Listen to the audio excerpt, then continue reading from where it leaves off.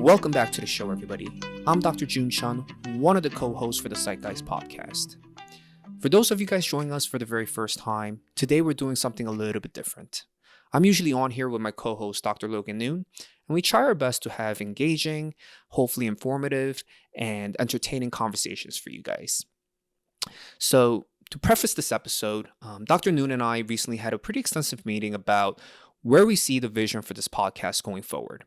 And ultimately, we agreed that we want you guys, the audience, who's been sending us a lot of feedback, and we very much appreciate that, by the way. But we want you guys to be an active participant in shaping the ultimate vision of this podcast. So in light of all the feedback that we got, we want to kind of do a pivot to the show. We want to, going forward, try to make the show more informative.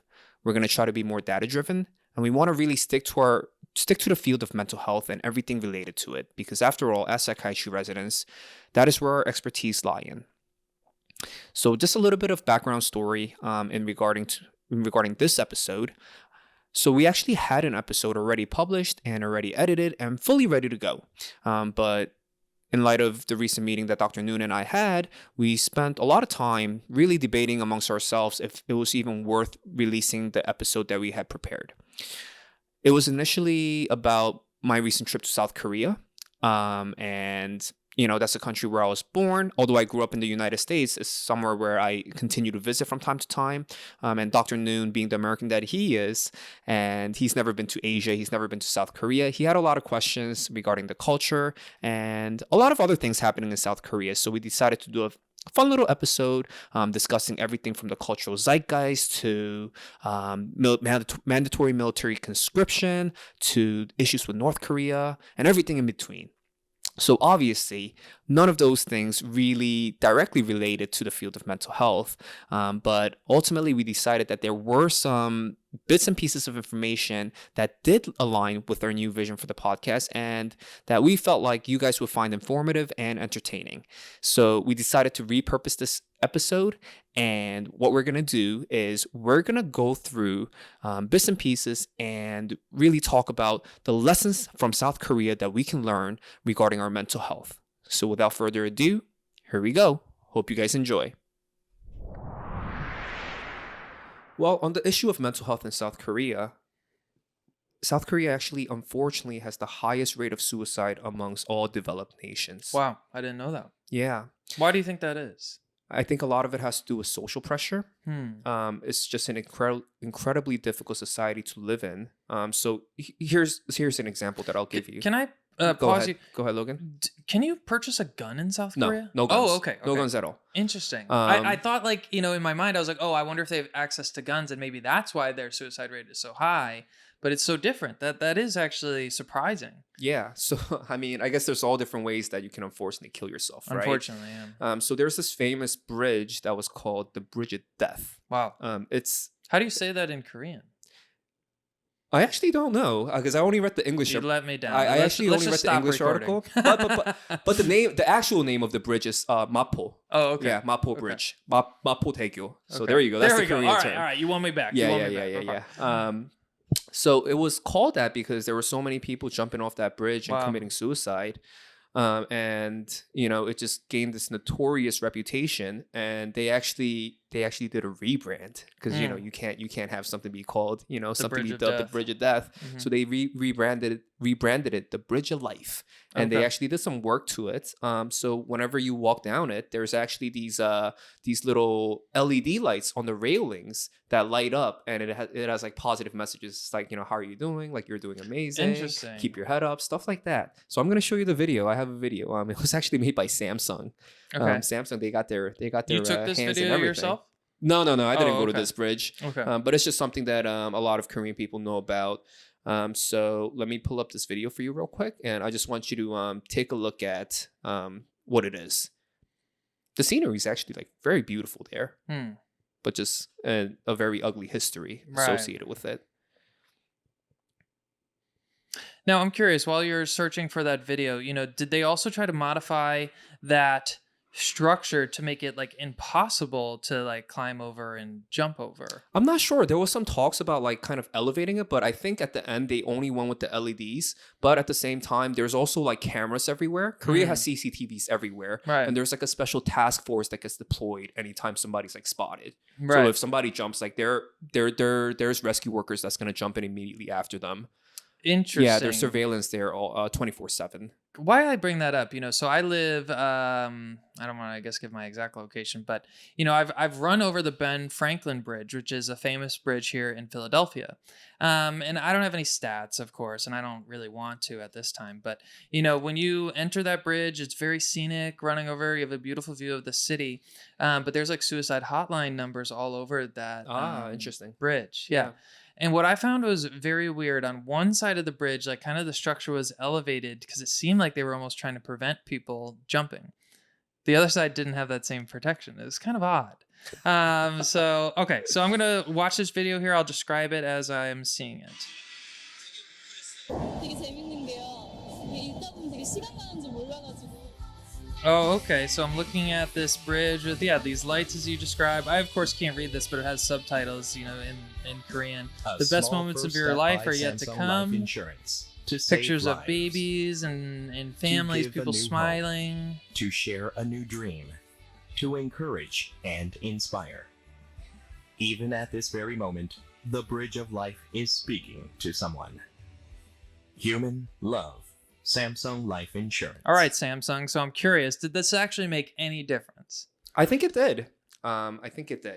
So it's not even this bridge, man. Like I was in a cab, and even the cab like has these kind of messages everywhere. You walk along parks, and there's like little signs everywhere with like little encouragements. And at a first glance, you're like, oh, that's so nice. That they're. But is it like cheesy and annoying to like the general population? No, I think it's just a stark reminder that okay, a lot of people are suffering. Maybe that's just me as an American. I'd be like, shut the hell up. Shut the hell up, yeah. I mean, hopefully it's making a difference for them. I mean, they kind of have it everywhere, so I would assume that it's working. Sadly, I actually wouldn't. I think the assumption that, what do we always say, like the null hypothesis, right? Mm-hmm. I think the null hypothesis is actually that it makes no difference. I would really, I hope it works. I hope it's having a meaningful impact. But, I also think that human behavior is so complex that, some kind of intervention like that, I don't know if it's necessarily going to have a big impact. I hope it does, but I'm skeptical. I hope so too. And I guess we can both agree that it can have more of an impact, or, as a society, they could be doing more. Because obviously, as I stated, they rank number 1 in suicide rate in the developed world. Maybe actually the intervention is more kind of along the lines of our previous episode, hustle culture, and you kind of described kind of in Korea, it's such a economically competitive place that they're feeding into people working themselves literally to death. It's crazy, man. Here, let me ask you this on that note. When you were in high school, what was your life like? What time did you go to school, and what time did you end, and what did you do after? Okay. I had a busy high school life, but it was kind of at my own behest. Okay. So I think my first high school class started at like 7:20. It was pretty early in the morning, but I got off at 2. Something like that, 2:15. And I was the kind of person, I was very engaged with sports. I went to a very small high school, so like they literally needed people to play the damn sports. I'm not that athletic at the end of the day, but I was a 3-sport athlete. I did soccer, basketball for a while, then switched to ski team, and then I was a baseball player. So, after school, I was regularly going to sports. And then I also, of course, had a summer break. And I think the Korean school system, do they not have a summer break? Educate me. I think they do, but it's not as long. I think their winter breaks are longer, but the day-to-day aspect of it is starkly different from what we go through here. So my experience here in the US was pretty similar, right? You show up at like, 8, you're done by like 3, and then you do extracurriculars. In Korea, dude, it's freaking intense. When you're in high school, especially when you're in the last year of high school and you're taking examinations to try to get into college, you're showing up to school at like 9 a.m., you're done at like 4 p.m., but everybody goes to this thing called hagwon.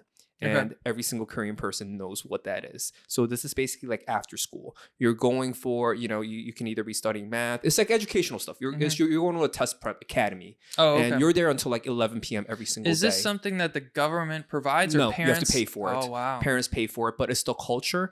Everybody's doing it. So it's if you weird don't, if you don't. not even weird, you can't keep up. Wow. Yeah, so just because everybody else is doing it for survival, that's kind of what I was touching on when we discussed hustle culture.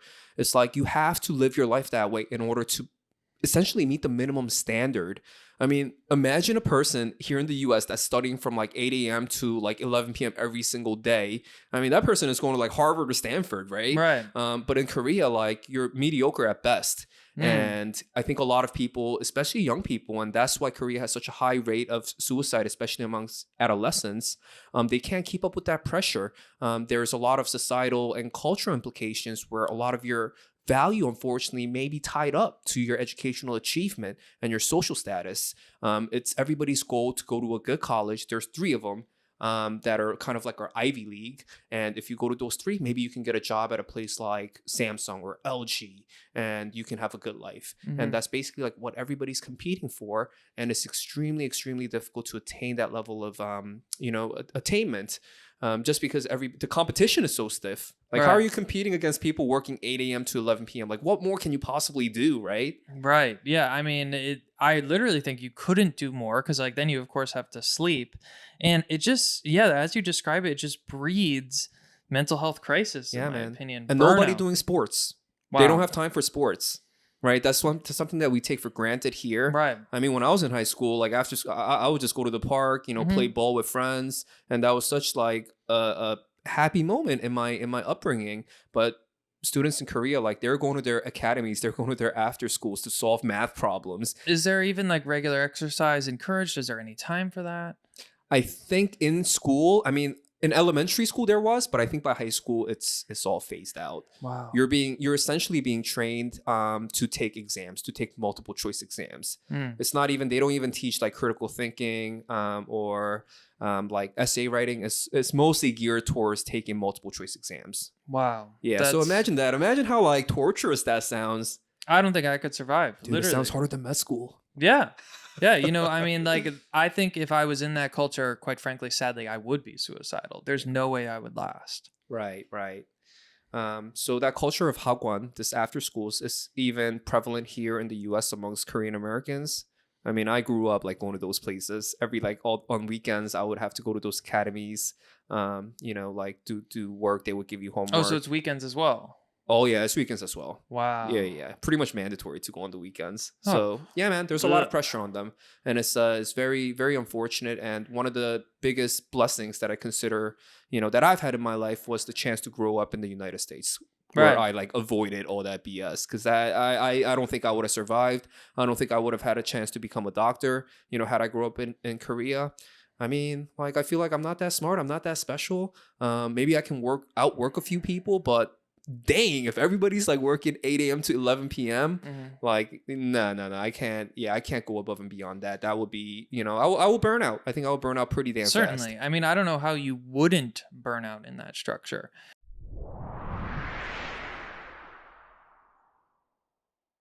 Another thing that Korea is notorious for is plastic surgery. Are you familiar with that at all? No, Dude, I didn't they're the know plastic that. capital of the world. I would have assumed it would maybe be like Brazil. No, they're very, because of Brazilian butt lifts. BBLs. So Koreans aren't getting Brazilian butt lifts, but they get a lot of like eye surgery. I don't think they'll ever get that. They're just like, their social construct of beauty is a little bit different. Okay. And I don't think that's the type of surgery that. So I guess when I think of asking plastic for. surgery, I'm thinking, I guess, of like boob jobs and boobs and butts. Yeah. What are you referring to? I guess. So in Korea, the most popular ones are facial surgery. So one is eyes. We have this thing called double eyelid surgery, which can I know the medical term, but I can never pronounce it. Quickly find a photo. You think? Yeah, What was it called again? Double eyelid surgery. Double eye lift. Eyelid. Double eyelid surgery. Okay. Yeah. Let me pull it up. So I know in 2023 you can get in trouble for saying obvious shit sometimes, but Asian people in general have smaller eyes, and they, we very much adhere to the Western standard of beauty, Okay. and people want to have bigger eyes. Hmm. And so this is the most popular surgery that people get. So actually, the statistic is that 40% of women in college right now have undergone plastic surgery procedures. Do you happen to know how that applies to men, or is it just mostly a A female lot lower. phenomenon? Okay. A lot lower. But for it men. still is done? Yes, for men. Yes. Okay. Yeah, I had a cousin. He's a soccer player. He's obviously male. Mhm. He just got a nose job done. So that's Oh, also very interesting. popular. Yeah, because they want to. Also, Korean people generally they have lower nose bridges, and they Okay. want to they want to elevate their nose bridge. So Now, with the socialized healthcare, is that something nah, that's cash, all Okay. cash. And do Um, they ever here in America, I feel like the phenomena is going to other countries for cheaper access to plastic surgery. Are they Yep. getting this done here, or do they go elsewhere? No, they go to South Korea. It's actually very big on tourism for plastic surgery. Interesting. Very affordable. The quality is very good. And actually, you know that song Gangnam Style? Mhm. Gangnam is one of the richest districts in Seoul, and it's actually the hub of the plastic surgery Wow. industry there. And so here's double eyelid surgery. Okay. So I'm looking at a photo that, I mean, I guess it's, I don't know how to best describe this, but yeah, as you described it, I guess it makes the eyes a little bit bigger. In my opinion, I don't see like a stark, huge difference though. Both of these eyes are attractive. I don't know. It's Hey, Korean people, they can tell immediately. I guess I so. walk around with my cousins and they'll just start pointing fingers like that person had plastic surgery. interesting. Yeah, and it's so common over there. So actually, the reason why it's so common, I think, is also very interesting. So there's this perception, and unfortunately, when enough people have a certain perception, it's to a certain degree becomes a reality. And there's this cultural perception that physical appearance can take you a long way in terms of your Okay. career, in terms of your marriage. So, for example, it says 80% of job recruiters cited that physical appearance was an important factor in screening candidates. And also, South Korean job applications have traditionally required a photo of yourself. Oh wow. And also, a majority of male and female applicants themselves believe that attractiveness was a crucial factor in various job opportunities. So, interestingly enough, a lot of parents will gift their children plastic surgery for graduation. Wow. Yeah, and there's a lot of family pressure. It's that 40% of individuals who receive plastic surgery cited family pressure as one of the reasons why they received plastic surgery. Mm. And they look at it as an investment that's going to pay off for them later in their career. Man. So it's a very different Yeah. attitude towards plastic surgery. And if you even look at the age demographic of people receiving plastic surgery, in Korea it's mostly early 20s, versus the United States, is the most common age range is 35 to 50. Oh, okay. Yeah, so they're getting it done at a much younger age. It's much more prevalent. And I guess on a society, on a cultural level, it's even encouraged, unfortunately, to a certain degree. And a lot of our celebrities have also had plastic surgery. Yeah. Yeah. Yeah. I mean, and you could even make that same argument for, American this out, celebrities, Logan. of course. But okay. So, So and- that's in Gangnam. That's a train station. You look Okay. at all those ads for plastic surgery. oh, okay. That stuff is everywhere, man. You yeah, go there. I mean, I feel like we, of course, have some plastic surgery billboards and stuff here, but to see it everywhere like this, every single one of them, and we'll put this in the video as well, too. It's just, I don't know. I have very mixed feelings when it comes to plastic surgery because in my eyes, like, look, if this surgical intervention is going to make this person feel mentally improved about themselves, who am I to say this is a bad idea? But I don't know. And at the same time, I think that there's a lot of risks to plastic surgery. Absolutely. I also wonder, like, is this really going to solve your mental health issues when you get after the surgery? Are you just going to want the next surgery to improve yourself? Like, are you ever going to be fully satisfied? So I don't know. I feel this way pretty strongly about makeup too. I think in some ways makeup can be a good thing to make a person feel more, have an improved self-body image. But, there's definitely, we talked a lot about, hustle culture, maybe part of this intervention can actually be healthy. I think taking a harsh stance saying no, never, it's never going to help anyone is too extreme. But there definitely can be using too much of plastic surgery, using too much of makeup in any regard, absolutely can be toxic for someone's mental health. I think it just speaks to the cultural values. Because sadly enough, I think Korea is a very superficial country. We can see that reflected in the amounts of plastic surgery that's being done. But at the same time, Korea is per capita is the highest consumer of luxury goods. Oh, okay. Yeah, they love their name brand stuff, Okay. dude, to a fault. Okay. I mean, like the wages in Korea are not as high as here. A lot of people kind of face the similar economic struggles that are becoming more prevalent, unfortunately, here in the United States. But at the same time, you got had that Gucci bag. You got to get your Louis Wow. Vuitton, dude. It's huge over there, and it's like a huge status symbol. Man, you see so many people just walking around with like Balenciaga shirts, carrying their Louis Vuitton bags. You mentioned, I mean, of course, New York it sounds like very similar, but it almost seems more like South Korea reminds me of like what LA feels like. Yeah. So here's the contrasting numbers between Korea and the U.S. Hold on, I have it somewhere here. Give me 1 second. All right. So per capita, South Korea is the world's biggest spender on their luxury goods. $325 per capita per year. That's Korea. America, $280 per capita. China is $55 per capita. This is for plastic surgery. For luxury goods. Oh, luxury goods. excuse Purchasing me. luxury Okay. goods. So Okay. yeah, they love it even more than the Americans.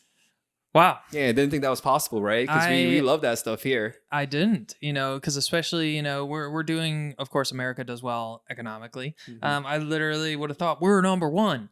To hear that a country like South Korea, that is not necessarily this economic powerhouse in the world, actually puts more value on these luxury goods.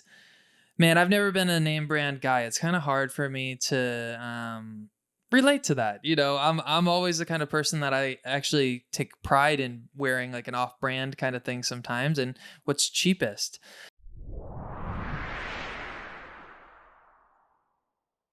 Also huge in Korea, drinking culture. Right. Those guys are alcoholics. Right. And is there other prevalence of like other drug use, marijuana, opiates, or So I think recently, like methamphetamine use is going up. it But- makes sense with the culture of work you described. Right. But compared to the U.S., it's nothing. I mean, here we have visible drug use Right. out in the streets, right? But in South Korea, it's not visible. I guess it's more hidden. So maybe that's a bad thing if you think about it that way. But the main substance of enjoyment in Korea is gonna be alcohol. Actually, there's this brand called Jinro, which is they make a drink called soju, right? It's a spirit, and it's actually the world's #1 selling spirit. And Oh, okay. Jinro as a company is the world's #1 selling liquor company in the world. They actually double the sales of their #2 competitor in the world. So that's how much like drinking is embedded into the Korean culture. Okay. Everywhere you go, you like especially at family events, there's always a couple of bottles of soju at the very, Right. very least. And this is actually like kind of fading away a little bit, but drinking as part of working culture has always been like really big, almost mandatory. Interesting. So if you're part of a company, and if you guys are having a company outing, which happen like very, very frequently, like once a week, they consider it like team building. Okay. But essentially it's like, it almost sounds like hazing, man. You'll go out, your bosses will pour you drinks, and you can't say no, you have to drink it. Wow. And you end up becoming shit-faced, and you just feel like crap the next day. And the younger people right now are pushing back against that. It's Okay. like, who wants to spend time with your boss? Right. Like you're already working like incredibly long hours. Like you want to go home, do other stuff. But yeah, traditionally speaking, there's been a lot of social pressure for you to go out to these meetings, and you had to do it if you wanted to like advance in your company. And it was just like, if you didn't partake, you were just looked at as somebody who wasn't with the company, not part of the team. So a lot of shaming built around it. And to me, as an American looking at it, it almost sounds like hazing. Very much so. And then I would also say like I wonder if in that culture of like that crazy work yourself to death, those long hours, it almost seems like the whole like work hard, play hard kind of thing that we of course can relate to here in America. And there's of course, hey, I used to work in the insurance and finance industry, and I actually can kind of relate to that. I actually, I no longer consume alcohol, but back then I think it actually would have been harder for me um, to function in my job if I didn't partake in the drinking habits. It was, hey, go to happy hour, go network with people, try to meet people and build business connections because I was in kind of like a sales role at that time. So I could definitely relate to that. Right. So I guess it makes sense that for patients suffering alcohol use disorders, Hmm. one of the biggest things that they can do to help themselves is to change that environment, get them out of environments where you're around alcohol, get away from people that's gonna subject you or remind you of alcohol use. So I Hmm. guess all that stuff ties in.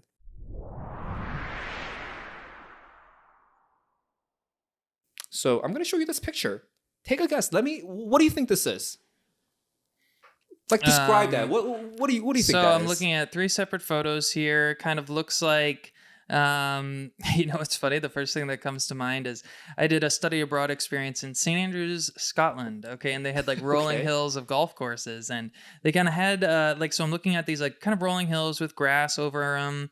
And it was very fun to play this style of golf course because you could kind of hit shots off these banks that are kind of like these rolling hills and it would maybe fade back into the fairway. Made it very interesting. So I guess what I'm guessing is I wonder, are these like landfills that they put grass over? Okay, so look at the picture. You see the trees there, right? Correct. So that's the scale of these hills or Hmm. mounds, whatever. So I'm guessing they're at least like, They're humongous. 50, Yeah. 60, 70 feet high. What would you describe that as? Do you see it as more as hills or like mounds? What would you Yeah, just describe it kind of as? like mounds. Like they don't look natural by any means, right? They look like this is something kind of man-made. But yeah, kind of like these weird sort of rolling mounds, lumps. What am I looking at? Okay, so these are actually ancient tombs Oh, of kings from the ancient Shilla dynasty. okay. So these are all about 1,500 years old apiece. And there's a city called Gyeongju, which used to be the capital city of the Shilla dynasty, which started in like 50 BC and went all the way up to like 930 AD, something like that. So a pretty extensive history. Mhm. And this is just it's just collection of their kings. Who really knows? But it's thought to be a royal cemetery essentially. Okay. But it's so beautiful there. You see all these hills, and it's like a park essentially now, and you can just kind of walk around. And I don't know, man. When I was there and seeing all these tombs, kind of felt like a connection, to the past, to the land, maybe. To the motherland. Yeah, to the motherland for sure. I mean, because these are like essentially my ancestors, right? Right. This is my bloodline. And, I think it's so important that we feel a connection to our communities from time to time, whether it be where we live or whether it be, maybe organizations that we're a part of. I think, a big part of modern life today is we're missing out on this connection to nature and in some Right. ways to our past, right? We feel like we're individuals living in a vacuum. Whereas if you even look like 300, 400, 500 years ago, before like electricity was around, we didn't have all these light pollution in our big cities. Mhm. And believe it or not, when you turn off all the lights, there's a lot of stars up there. There are. And ancient peoples have always looked at the stars, and it was a real connection. They built stories around them. They built there's a lot of astronomy where the lights line up in a certain way, like incredible stuff. So they were very in tune with their environment. Mhm. And I feel like we lose that in our modern society today. It's all about technology, and we don't really have this connection to nature anymore. So for me, it was just like really gratifying to be in that kind of environment and feel like I was part of something bigger than myself. Mhm. What do you think about that, Logan? Do you feel like that's silly? Because No. in America, like we don't really have that kind of history, right? Like 300 years for us is a long time, whereas Right. this stuff is like 1,500 years.